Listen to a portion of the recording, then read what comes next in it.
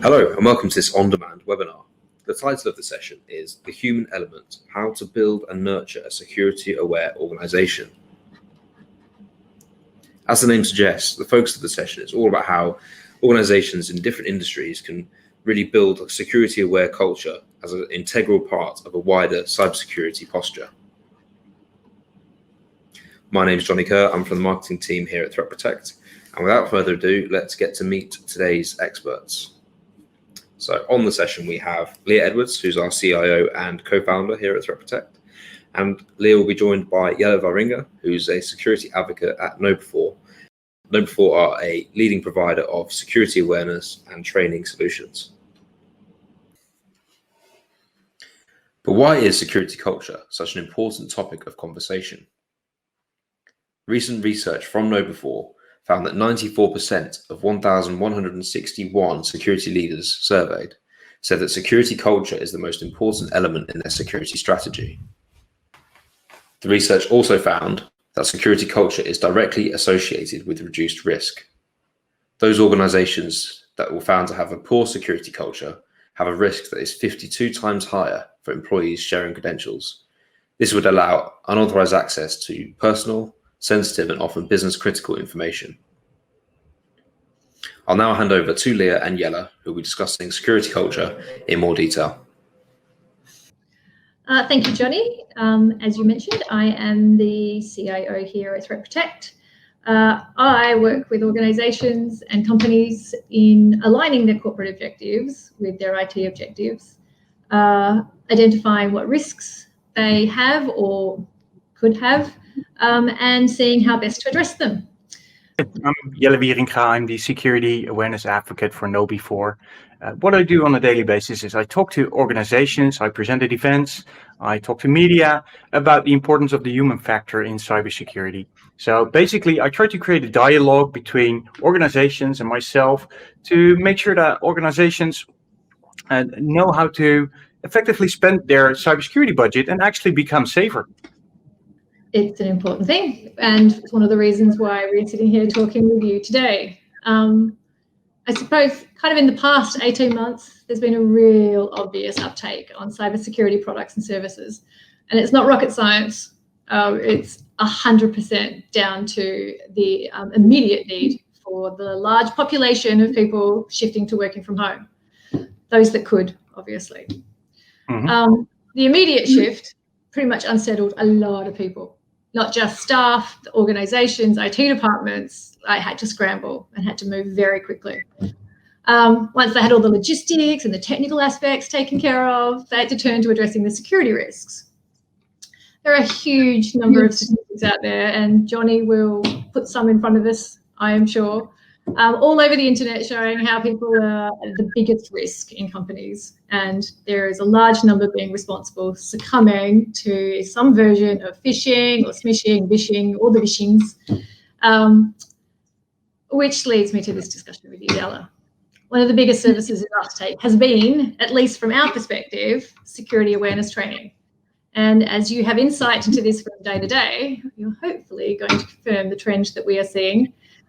And we can pick the brains on some questions that we have had posed to us from both clients and customers.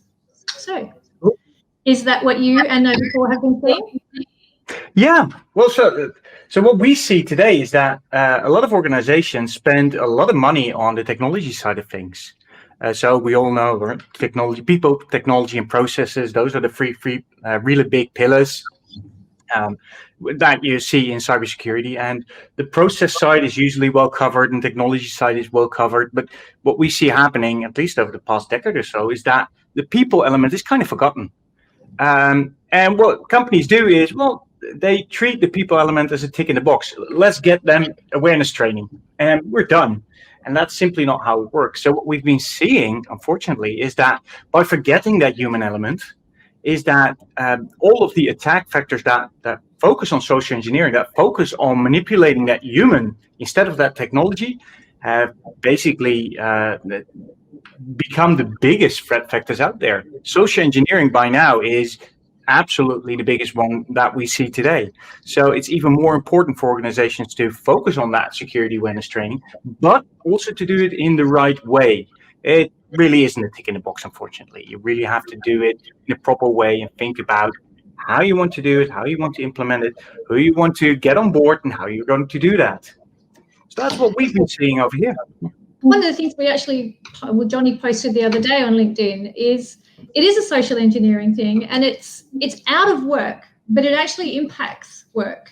And it's that crossover between what is now happening, and it's that comfort maybe and security level of working from home and not having a proper boundary anymore. And one of them, it's the Facebook things, those horrible things that say, what was your porn name is, the name of your first dog and the town you were born in, which, we all know they're usually questions that we're asked, security questions that we're asked when we're putting in, bank, questions and things. And so those are the type of things that I'm seeing that there isn't a proper, I suppose, coverage of those.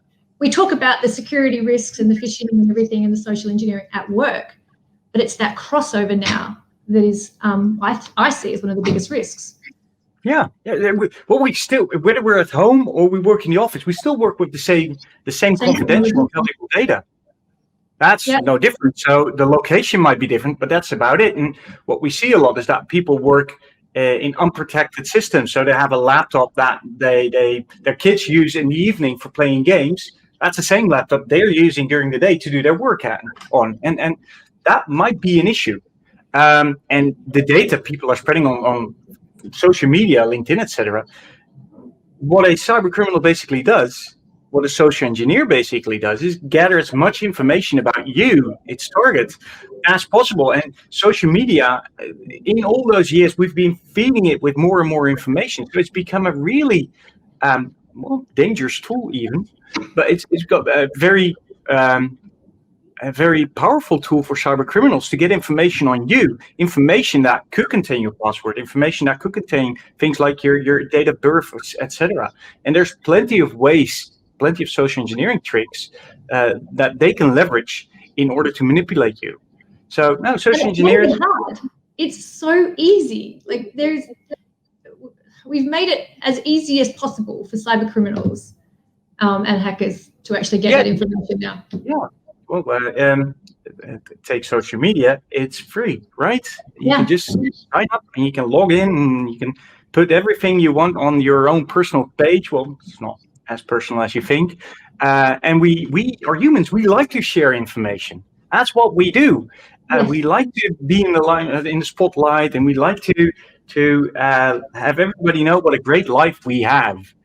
And unfortunately, it gives away a lot of information to those social engineers that we simply don't think about or don't know about. And that's where awareness training comes in, because awareness training, it shouldn't all be only about phishing and phishing and all of the forms of cyber attacks there are.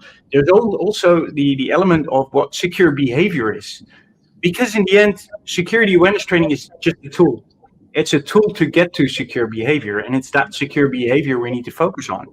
And that includes more than just knowing what type of attacks there are. Well, so that leads on then to going, do phishing campaigns work? Do these, do the campaigns that we send out, do they work? And I suppose I'm leading you into something because it is something that I feel passionate and strongly about. So I will wait for your response before I butt in. So you mean the security awareness campaigns against? Sure. So yes, they work. They work brilliantly. Well, security awareness has proven to be one of the more effective ways in combating social engineering. It's making people aware and able to detect those threats, and then giving them the skills to know how to react to those threats. That combination is a powerful one. So yes, it works. What we've seen is organizations that start with doing awareness campaigns within their company, where they start out, and we have something called a phish-prone percentage, which basically means the number of people that click on a phishing email.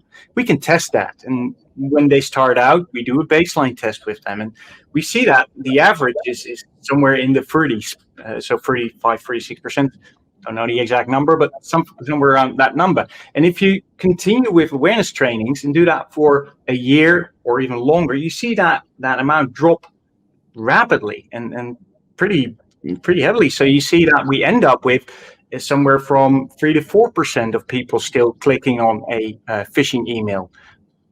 That's if you train them for 12 months. And the thing is, you need to keep continuing the training. You need to keep on going because, well, cybersecurity, it evolves. So the threats evolve as well.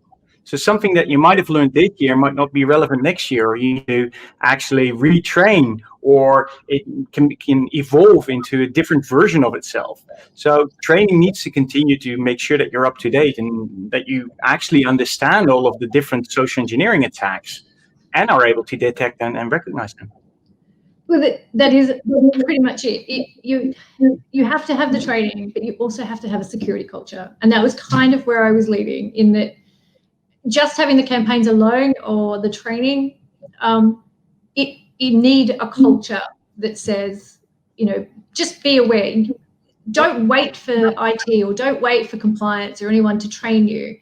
You should be also aware. It's your responsibility. Yeah, cybersecurity is everyone's responsibility. Sure, that's true. So if you look at that element of continuous training, for instance, that's part of a security culture. But a security culture in itself is more than just that. It's we define security culture with the various motives that people have to actually have secure behavior. And security culture is something that's part of an organization. I usually describe it as, if you look at company culture, then security culture is a chapter in that book of company culture. Yeah. And that's where it should be. It should be an overarching theme within the whole company. It shouldn't be something that's just for a specific department or for a specific person. It's something that should be ingrained into the essence of the organization, the same as company culture is.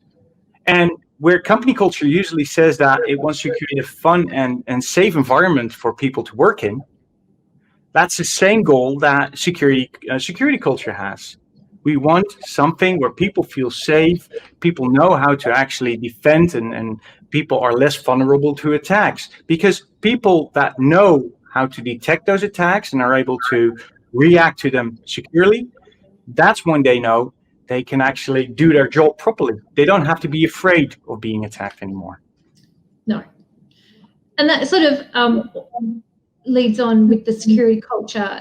And I do agree with you, it is a chapter within the company culture. I've seen it addressed many, many ways. And one of the trends I'm seeing at the moment is gamifying their security culture. And they're rewarding staff.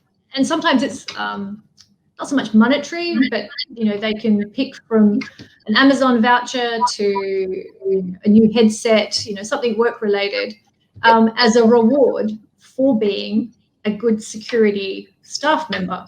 Mm-hmm. I'm in two minds with the gamification, because there are some people that just don't respond well to gamification, and I just don't know whether it's setting the right example. But in the companies that I've seen it perform, it's working. Are you seeing similar? Yes and no. So the whole idea behind gamification is motivation. You want to motivate people to take part in the training. You want to motivate people to actually have secure behavior. The thing with the whole gamification, or the thing with the whole motivation, is that if you look at the reward segment, rewards tend to work, especially if you look at monetary rewards or gifts, then they tend to work for very simple tasks. So when I ask you to do something very simple and I put a nice bounty on it, so you can earn some money when you complete it, or you can earn even more if you do it even better, etc., etc. That typically works. So what we see is that if you do gamification alone on just purely the training, so I give you some security awareness training, I teach you some skills, you take an exam, that part, if you look at the whole gamification and giving them a monetary reward or something, that works really well. But if you look at more advanced skills that where you need to be creative, where you need to have autonomy and be able to decide for the right, basically decide for what steps are correct in the process. So you need something more than an A plus B is C type of thing. Then rewards don't work that well. At least not monetary rewards. And MIT has done whole studies on this, actually pretty interesting to read. So what we usually say is if you want to do security training and have them get good grades, sure, monetary rewards work fine. But if you want them to actually display secure behavior, you need to take an extra step. Yes, you can reward the first part, have them do the exams, do the skills, train, etc. But if you want secure behavior, you need more, and that means that you need to create motivation that's more intrinsic. And you can do that not by rewarding them. You need to make sure that you basically onboard them to the idea of why they need to be more secure. They need to understand what's in it for them. So communication is a way better thing combined with gamification to get good results. It's true. And I must say, like, one of the happy things I've seen happen over the last 18 months is moving away from the scaremongering type communication that we're doing to staff members and actually addressing, instead of scaring them, saying, this is why. Like, we're opening the doors. This is why we're doing it. The scaring you doesn't work. And so that kind of thing that I'm seeing is, I believe that it's most people that adhere to the policies earnestly attempt to, be cyber secure and do the right thing. And it's probably only between 5 and 10% in the company that are at that are large risks. So should we be focusing a majority of the time on the minority and not worry about the people that are trying to do the best thing that they can? Ooh, that's an interesting one. Well, you shouldn't forget about the minority, nor should you forget about the majority. I think you need to focus on both.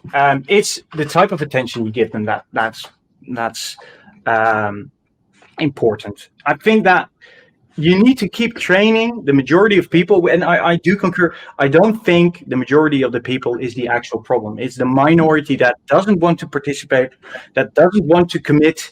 Those can be the biggest issue. So when you look at the majority of people that do want to participate in the training, that do have a proper intention, good intentions, want to do things right, we need to give them the skills to actually do that. That's what the training needs to focus on. And that majority, those that actually don't want to participate, that don't understand why security is important, or that simply don't want to understand, because you'll have that group too. I think that's partly a management issue where you need to step in as managers. And unfortunately, sometimes you just have to make it mandatory to them. Some people just won't listen unless something has been is mandatory, made by management, has consequences if they don't participate. But the biggest group of those that don't want to participate, I truly believe they don't understand what the use of security is. They don't understand what the dangers are out there, and I do fully agree that we don't want fear, uncertainty, and doubt. That really is a bad choice if you go that route. But it's okay to tell people about the risks. By telling them about the risks, you create a realistic picture of what's out there. And if they see that picture, 9 out of 10 will actually start complying. 9 out of 10 will start participating and actually start doing the training. Reluctantly at first, maybe, but they will start doing it. So it's a mix of individualizing and custom or tailor making your communication, tailor making your security awareness training to get everybody involved. Well, one of the best things that you mentioned it earlier is that identifying, you can easily find that 5% or the people that aren't participating. Mm-hmm. If you have the security awareness training for a period of time, you can then look back at the results over time and say, okay, here are our trouble areas, here are our trouble people. we have to address them differently. And yes, it does become a management discussion. And I've seen it tackled in a couple of different ways. It's tied to their objectives, which is then tied to their bonus. Or, it's tied to something that they have to complete, or they have to complete this before they can do, an away day. And it unfortunately becomes a carrot and stick situation with those people, because they need a different motivation to achieve the same thing that the other 95% have been doing. Yeah, true.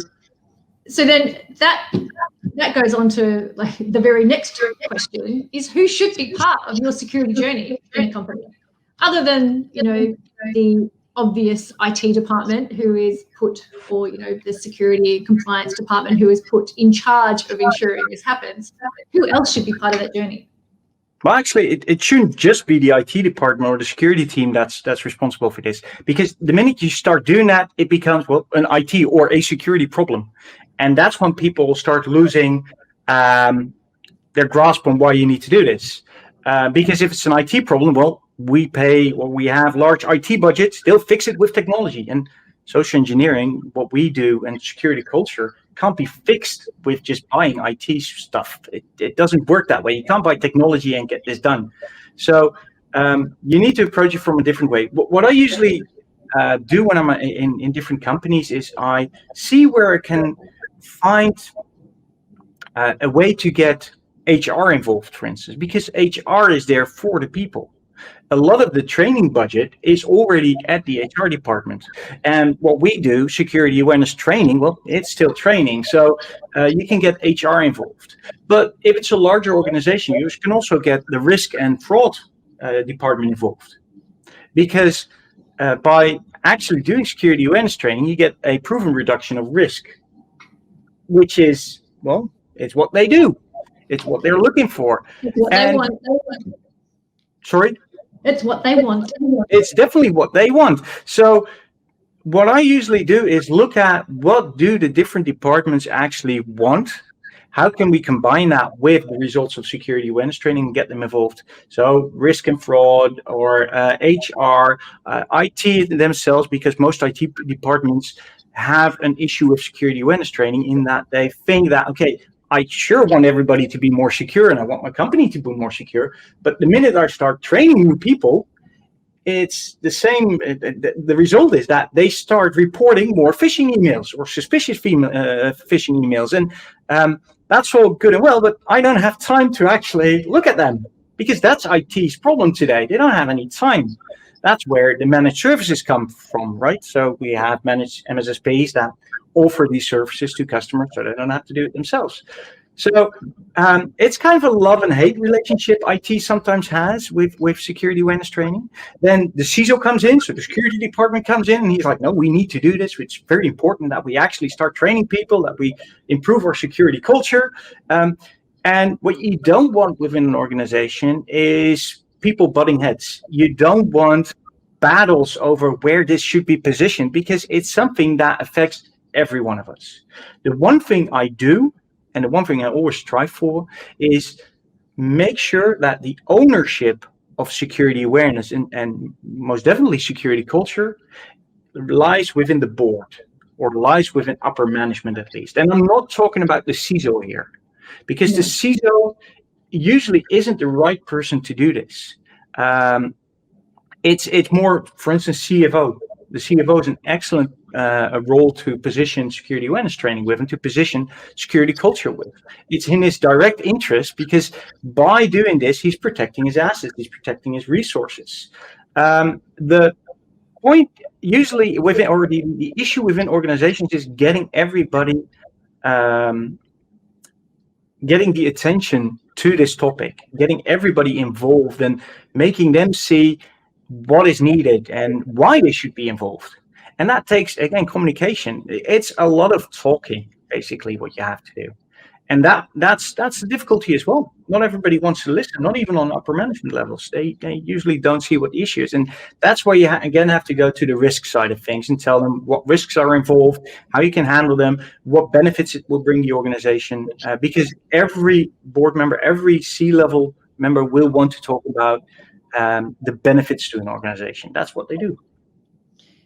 Do you think, I can certainly say from my experience that there's been so much risk thrown at the board, and it's always from an IT perspective or from a CISO and security perspective, it's always on cybersecurity.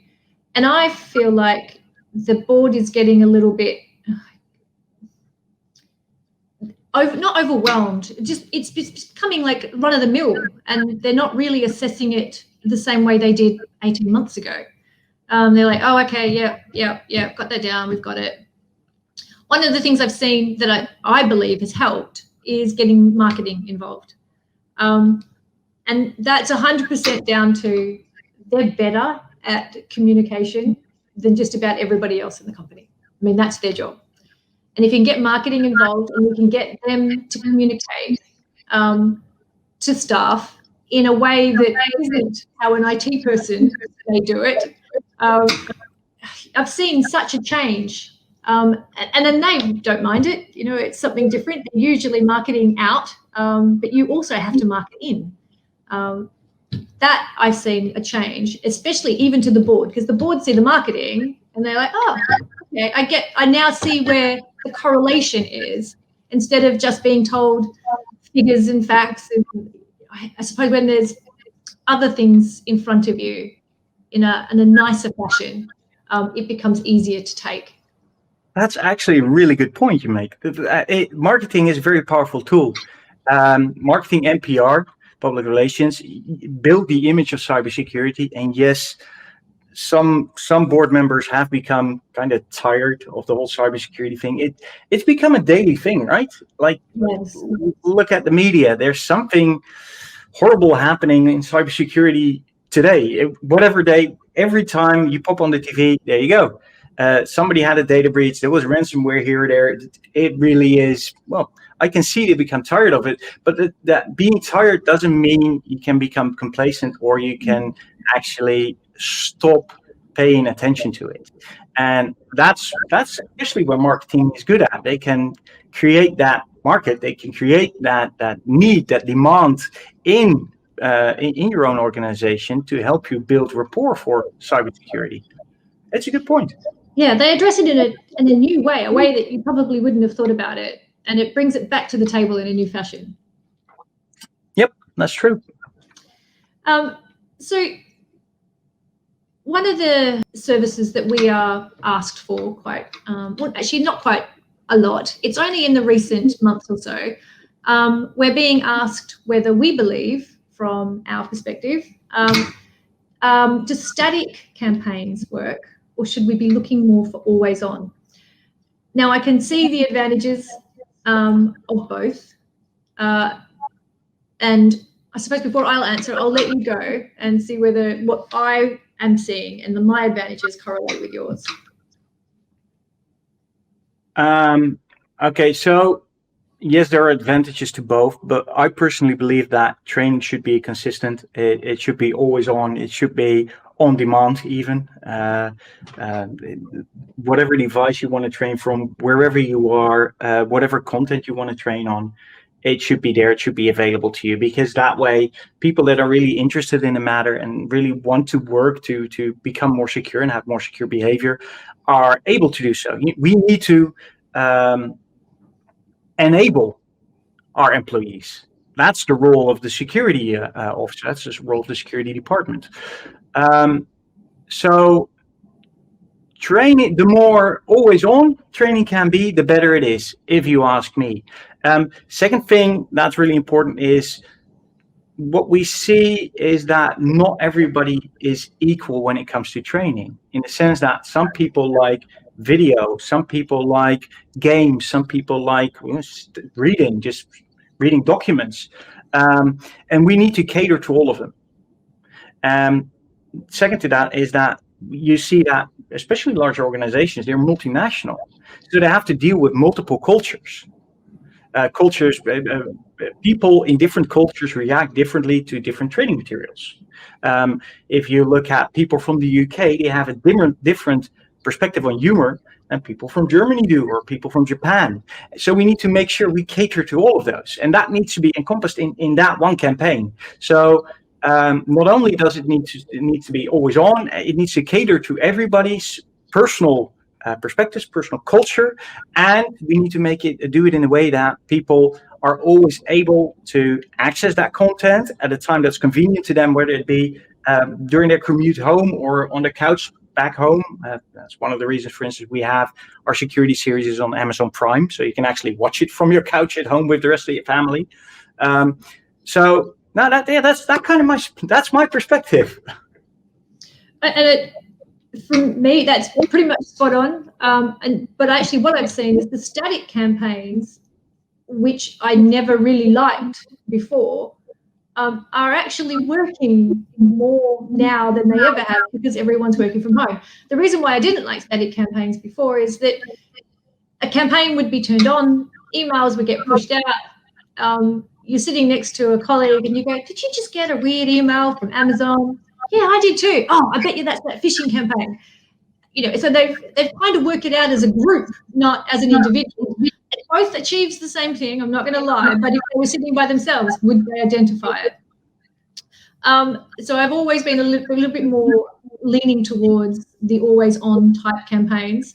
But obviously now they're working from home, they haven't got their colleagues sitting right next to them, so their static campaigns are actually working in a way. Well, there's one thing I would change to what you just mentioned, is that you don't have to send the same email to everyone, right? We have a great feature where they randomize the phishing emails. I would always use that, because even when working from home, you have other people that you can communicate to very easily using Slack or Messenger or whatever you use within your organization. So that communication is still there. So randomize those emails. That will enhance the training. The results. Yep. Yeah, and I mean, you guys have been great in adapting. So obviously the phishing campaigns, we all moved, to working from home. We were all getting 1,000 Amazon boxes and everything else delivered to us, not in the high street, you name it. And the phishing campaigns and the emails that you got sent, they adapted really quickly to that. Which you saw much better results. The other change that I've seen is and you mentioned it kind of, about the different humor, but the other one is instead of wanting to see or being able to have the time to see a 10-minute video on training, the videos are getting much shorter and much more poignant, to the point. That has helped immensely, because people don't think they're going to have to sit down and watch a 15-minute video. They're like, "It's cool. It's like a 35-second video. I'm done. I can do this." And their uptake on completing the videos is much better. Yeah, micro learning works. Cybersecurity. Look, we're not in the most sexiest of industries here. Most people don't talk cyber lingo like most IT people do. Most people don't understand and don't want to understand. They have a laptop. They know how to work that laptop, know how to work with Word or Excel or what have you. That's about as far as people are wanting to go. So forcing cybersecurity training onto them doesn't work that way. For training to be effective, it needs to be fun. That's the most important part. That's why you see a lot of humor being ingested into the trainings nowadays. If you look at, we've got some great series out there that you look at, not for the value of cybersecurity awareness training. It is mainly fun to look at. It's fun to watch. There's great actors, good stories, nice plots. You actually, after an episode is finished, you really want to look at the next episode, because, hey, you want to know what happens. That's the new trend of training. That's what we call new school security awareness training. And I really do believe that's the next level. And if you keep it short, if you keep it fun, if you keep it to the point, and if you keep it relevant to that person, let's face it, a receptionist at a company needs to know different things than somebody in the financial department. The financial department might need to know about compliance training, etc. Well, that person at reception desk, well, maybe something about tailgating, that's way more important to her than knowing about all those financial compliance frameworks that are out there. So we need to make it fun, relevant, short, and if we do that, well, you can have good results. I mean, we can talk about manufacturing. They're a prime example of an organ or a sector that has a different challenge ahead of them, and that comes down to a large portion of their workforce don't sit at a computer every day. Well, not a computer that we're used to. They do sit at devices, and they use the devices, but it isn't the standard computer. So what do these individuals, like the ways people sitting at other devices, play in contributing to the strong security culture? How do they participate in that? Okay, so most manufacturing is now built up of OT and ICS, right? So industrial control systems. So they are computers in a sense. The impact of one of those systems being breached is immense. It literally shuts down manufacturing plants. It shuts down production. The cost is immense. So yes, they might not be regular computers with Windows on it. Well, there's usually some form of Windows on it. Might be some ancient form, but there is something there, and they're not desk workers as we know it, but they're still important from a perspective of security awareness because the impact is huge. So what you want to do is train them in a fashion that works well for them. They are never going to sit behind a regular computer and do security awareness training. No. It's not their daily routine. It's not what they do. So one of the advices we give to organizations like that is every morning, all of those people gather in a break room. They drink a cup of coffee, they eat a sandwich, get a snack, whatever. There are TVs there. Do some broadcasting, some multicasting. Show them a short video clip on why security is important for your organization. Brand it. Make sure it's branded with your organization. So it's branded with your logo. It's branded in your colors, things like that. That's very important to do. But make sure you train those people along or based on what they feel comfortable with, which isn't a desk, which isn't a classroom. It just doesn't work that way. So break room training, that's what I call it, and it works very well. And what we see is that if you train them to understand what risks they have in the OT environment, and make it just the same as, well, they're already used to wearing a hard hat most of the time. Why not also train them in cybersecurity? It's a health and safety issue in the end. That's what it is. So treat it that way. Yeah, I think there's been great examples of role playing as well, where the old one that's always sprouted about, where someone dropped USB sticks into the car park and they picked it up. That's an obvious one, but there are other examples of role playing, and they also work well in manufacturing because they're a very hands-on type of workforce. And so if you give them role play, it works really, really well. It does. All right, so I suppose at this point we should probably wrap up and maybe talk about the takeaways from our discussion. We've spoken about a lot of things. Communication being probably key, making it a whole company discussion, not a departmental, not one particular area. It shouldn't be risk focused. The whole organization should be involved and understanding their role in that. Companies need to be adaptable. What works this month may not work next month, and you have to constantly look at that. Security awareness training should be part of the security culture, which is part of the company culture. It's imperative that you train the staff at whatever level, whatever works, and whatever assessment that you've done within your organization. It doesn't work. What works for retail isn't going to work for healthcare. Not necessarily true. And then, maybe look at the different tactics that others around you, in your domain are doing. Gamification does work for some, it doesn't work for others, but look around, speak to others within your sector and, find out what they're doing, what's working for them. Any other takeaways that you would like to drop in there, Jelle? The one thing I usually tell people is that figure out what's in it for you.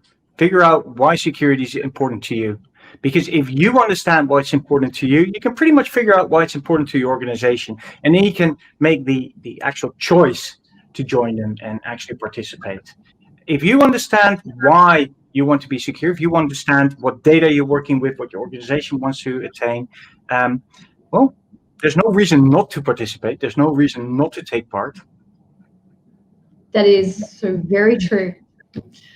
Well, thank you so much. I will pass back to Johnny. I have enjoyed our conversation immensely. Me too. Thank you. Yeah, thank you both. Thank you so much for your time. Some really fascinating points there, like you just said at the end, and some brilliant conversations. If you have any questions around the discussion points from the session, or would like to find out more information about what security awareness training can look like for you and your organization, please don't hesitate to get in touch. We're always happy to help. Many thanks.